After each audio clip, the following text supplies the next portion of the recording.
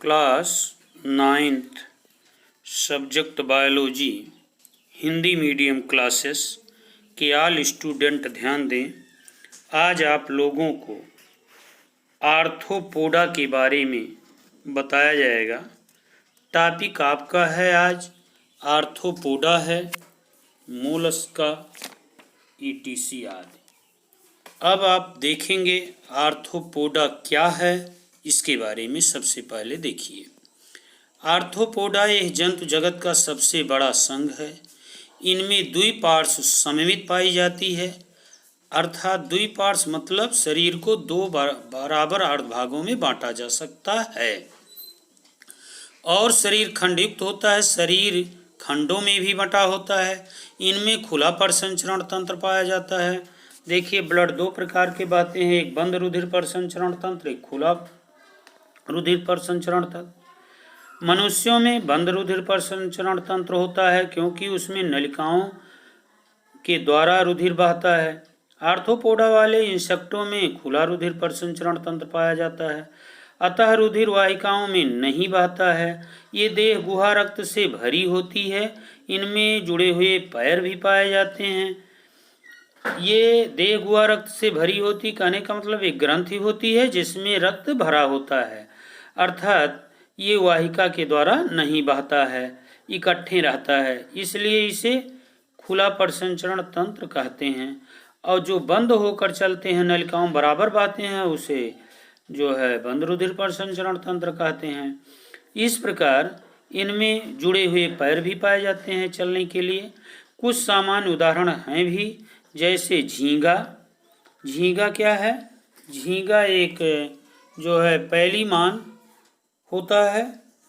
इसके बाद तितली है, बटरफ्लाई जिसे कहते हैं, मक्खी है, हाउस फ्लाई कहते हैं, स्पाइडर मकड़ी है, स्कॉर्पियन बिच्छू है, केकड़े इत्यादि आर्थ्रोपोडा के अंतर्गत पाए जाने वाले ये जंतु होते हैं। अब आप इनका फिगर देखेंगे, इनका चित्र देखेंगे। देखिए, पहली मान झींगा जो है, ये किस तरीके का चित्र बना हुआ है। झींगा कई इसमें टेंटिकल पाए जाते हैं। इधर बिच्छू भी देखिए, मकड़ी भी देखिए, 3 दिखाया गया है आपको आर्थ्रोपोडा से। फिर इधर पेरी प्लेनेटा अमेरिकाना, ये भी आर्थ्रोपोडा से है, जिसे तिलचट्टा कहते हैं। 2 टेंटिकल पाए जाते हैं, 3 जोड़ी टांगे पाई जाती हैं। मस्का घरेलू मक्खी, जिसे मस्का डोमेस्टिका कहते हैं वैज्ञानिक नाम, इनके भी 2 टेंटिकल हैं, 3 जोड़ी टांगे पाई जाती हैं। इधर तितली है, जिसे बटरफ्लाई कहते हैं। इसके बाद और क्या है? सतपाद है, स्क्लेडोपेंड्रा, जिसे कनखजूरा कहते हैं। ये भी आर्थ्रोपोडा के अंतर्गत पाए जाने वाले जंतु होते हैं। इनमें एक विशेषता होती है कि इनको इंसेक्टा वर्ग में रखा जाता है क्योंकि ये कीट होते हैं। और इनमें कंपाउंड आई पाई जाती है, संयुक्त नेत्र पाए जाते हैं और 2 छोटे छोटे अंदर ओरिजिनल नेत्र होते हैं। कंपाउंड आई से ये देख नहीं सकता है, केवल दिखाने के लिए होता है, डरावने के लिए होता है। और जो नीचे 2 छोटे छोटे छिद्र पाए जाते हैं, यही इनके ओरिजिनल आई होते हैं। इनका कवच काइटिन का बना होता है, अर्थात ये जल्दी कोई जंतु अपने इंटेस्टाइन में इसको पचा नहीं सकता है। सभी कीट वर्ग के। मोलस्का। मोलस्का क्या है? Phylum Mollusca. इनमें भी द्विपार्श्व समेत पाई जाती है, अर्थात इसको भी शरीर को बंटवारा किया जा सकता है आसानी से। इनकी देह गुहा बहुत कम होती है तथा शरीर में थोड़ा विखंडन होता है। कहने का मतलब शरीर में विखंडन भी पाया जाता है, कुछ खंड होते हैं। अधिकांश मोलस्का जंतुओं में कवच पाया जाता है। कवच मतलब ऊपरी का इनका आवरण। इनमें खुला संवहनी तंत्र तथा उत्सर्जन के लिए गुर्दे जैसी संरचना पाई जाती है।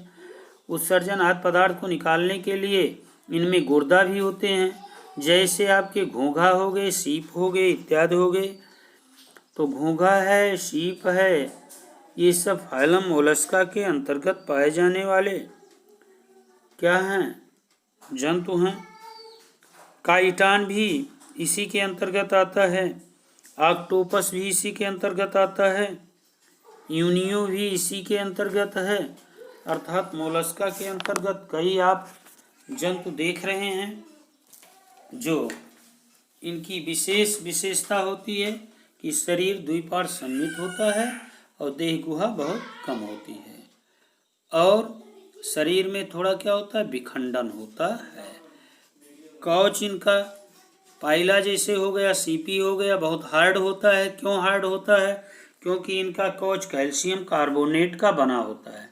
कैल्शियम कार्बोनेट एक पत्थर की भांति कार्य करता है, अर्थात बहुत ठोस होता है। इसलिए इनका कवच आप देखे होंगे जो काफ़ी कठोर पाए जाते हैं। कठोर इसीलिए पाए जाते हैं क्योंकि ये कैल्शियम कार्बोनेट के बने होते हैं। अब आप फाइलम मोलस्का के अंतर्गत पाए जाने वाले जंतुओं का आप फिगर देखेंगे, फिगर के माध्यम से समझेंगे। काइटान, काइटान देखिए, जिसे आप क्या कहते हैं, कौड़ीनुमा संरचना पाई जाती है इसकी। काइटान होता है। ऑक्टोपस जिसके 8 पैर होते हैं, 8 पैर, ये 8 पैरों के द्वारा अपना आगे की तरफ बढ़ता है, चलता है। इसके 2 आई पाए जाते हैं, आँख पाए जाते हैं। ये बड़े बड़े तालाबों में भी पाए जाते हैं। घोंघा पाइला है, ये इसका कवच है, इसके अंदर ये जंतु रहते हैं। ऊपर से इनका कवर लगा होता है और इसके अंदर ये जंतु पाए जाते हैं। कवर को थोड़ा सा हटा के ये आगे की तरफ बढ़ते हैं। बड़े बड़े तालाबों में ये भी पाए जाते हैं। घोंघा भी समुद्र में भी, समुद्री भी होते हैं, लेकिन ये बड़े बड़े नदी तालाब में भी पाए जाते हैं। यूनियो सीपी, इनका भी आवरण काफ़ी कठोर होता है और 2 कवच होता है, उसी के बीच में ये जंतु पाए जाते हैं। यूनियो, जिसे यूनियो कहते हैं। अब आगे आप देखेंगे फाइलम इकाइनोडर्मेटा, अर्थात ग्रीक में इकाइनास का अर्थ है जाहक, ब्रैकेट में हेजहाग, तथा डर्मा का अर्थ है त्वचा। अतः इन जंतुओं की त्वचा जो है, इन जंतुओं की त्वचा कांटों से आच्छादित होती है, अर्थात कांटे नुमा संरचना इसमें पाए जाते हैं। ये मुक्त जीवी होते हैं, समुद्री जंतु हैं। ये देह गुहायुक्त त्रिकोणिक जंतु हैं। इनमें विशिष्ट जल संवहन नाल तंत्र पाया जाता है जो उनके चलन में सहायक होते हैं। इनमें भी कैल्शियम कार्बोनेट का कंकाल पाया जाता है एवं कांटे पाए जाते हैं जो काफ़ी हार्ड होते हैं। उदाहरण के लिए स्टारफिश दिया है, समुद्री अर्चिन दिया है, इत्यादि दिया है। फाइलम इकाइनोडर्मेटा के अंतर्गत होलोथूरिया भी इसी के अंतर्गत है, जिसे समुद्री खीरा कहते हैं। एंटेडान, जिसे पंख तारा कहते हैं, ये भी इसी के अंतर्गत है। इकाइनास, जिसे समुद्री इर्चिन कहते हैं, इसी के अंतर्गत है। तारामीन इसी के अंतर्गत है। अब आगे इसका फिगर देख रहे हैं, देखेंगे। सबसे पहले एंटीडान है, जिसे पंख तारा कहते हैं। पंखोनुमा संरचना पाई जाती है, तारेनुमा फैले होते हैं, लेकिन ये तारे नहीं है, वास्तविक रूप से क्या है, एक जंतु हैं। होलोथूरिया, जैसे अपने यहाँ खीरा पाया जाता है उसके आकार का ये पाया जाता है, जो पानी से भरा होता है इसके शरीर के अंदर, जिसे समुद्री खीरा कहते हैं। लेकिन ये एक प्रकार का जंतु है, केवल आकार खीरे के समान ये पाई जाती है, लेकिन देखने में ये जंतु नहीं लगते। इकाइनास, जिसे समुद्री अर्चिन कहते हैं, ये फूलों की भांति बिल्कुल दिखाई देते हैं, लगता है ये जंतु नहीं है, लेकिन वास्तविक रूप से ये जंतु हैं, इकाइनोडर्मेटा के अंतर्गत पाए जाने वाले। तो इसे समुद्री अर्चिन कहते हैं। आगे है एस्टेरियस, जिसे स्टारफिश कहते हैं, तारा मछली कहते हैं। तारा मछली 5 भुजीय होता है। इनमें 5 भुजा पाई जाती है, जो तारे के समान होता है, इसलिए इसका नाम पड़ा तारा मछली। लेकिन वास्तविक रूप से है क्या, मछली होती है, जो आगे की तरफ बढ़ने के लिए ये अपने 5 भुजा के द्वारा ही जंतुओं को कैच करके अपने माउथ में ले जा करके पोषण करती है। इस प्रकार से स्टारफिश की संरचना है।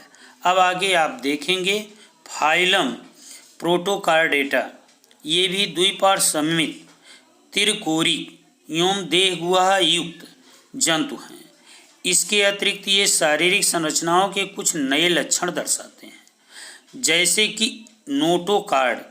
ये नए लक्षण इनके जीवन की कुछ अवस्थाओं में निश्चित रूप से उपस्थित होती हैं।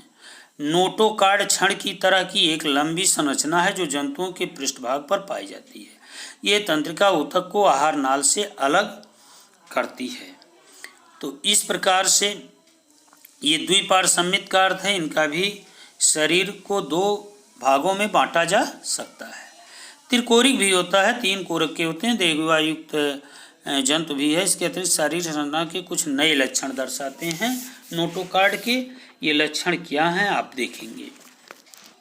अभी स्ट्रक्चर के माध्यम से इसको आप समझिए कि इनके लक्षण कैसे हैं। देखिए स्ट्रक्चर आप, यही है, एक प्रोटोकार्डेट है जिसे बैलेनांगलूसस कहते हैं। बिल्कुल ये जंतु है लेकिन दिखाई नहीं देता जंतु की तरह। ऊपर सुंड पाए जाते हैं, नीचे कालरक होते हैं, कालर होते हैं, और फिर इसके नीचे ब्रैंकियल क्षेत्र होता है, क्लोम छिद्र पाए जाते हैं। क्लोम इसमें भी पाया जाता है मछलियों के समान। पृष्ठीय जनन पंख होते हैं, पंख पाया जाता है जो पृष्ठीय होते हैं, जनन पंख होते हैं। मध्य पृष्ठीय उभार होता है। यकृतीय सीका पाई जाती है, यकृतीय क्षेत्र पाए जाते हैं जैसे लीवर होते हैं। पश्च यकृतीय क्षेत्र, लीवर अर्थात 3 प्रकार के इसके यकृतीय क्षेत्र पाए जाते हैं। अपशिष्ट पदार्थ को निकालने के लिए इसके पीछे की तरफ गुदा पाया जाता है। एनस पाया जाता है जो पूंछ की तरह होता है लेकिन काफ़ी ये मोटा होता है, जबकि ये पूंछ नहीं है, ये इसका है क्या, गुदा है।